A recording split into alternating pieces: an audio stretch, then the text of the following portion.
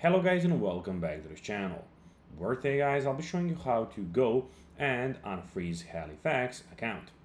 So guys, the first thing that you of course need to do is go to Google and type in halifax.co.uk. Then log in with your credentials or register if you haven't already done that of course. But now guys, let's see how you can actually go and how you can unfreeze Halifax account.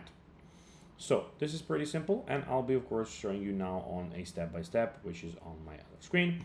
So here we have it. So first of all, log into the mobile apps, log into the account that has been frozen, and then find the card options. That will be in the top right corner in the three-dot menu. We have unfreeze and view card, and the card status frozen. Then toggle freeze off and confirm. So as you can see, we have temporary freeze, which you need to go and toggle to, of course, the option that you want. So if it's on, you want to put it off. Identify account restrictions. So you need to do that also. Security hold, you can contact them for that, of course. Then option A is to call customer service. So you have the number here, which you can of course go and call. They have phone verification, answer security questions.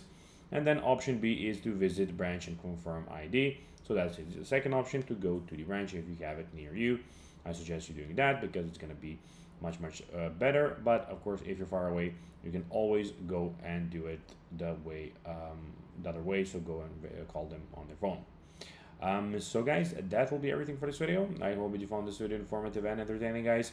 If you did, don't forget to like this video, share it, subscribe to the channel, and put the notifications on, as guys, this really helps us grow our channel. So that will be everything for this video, and I'll be seeing you in the next one. Until then, as always, until next time, as always, bye guys.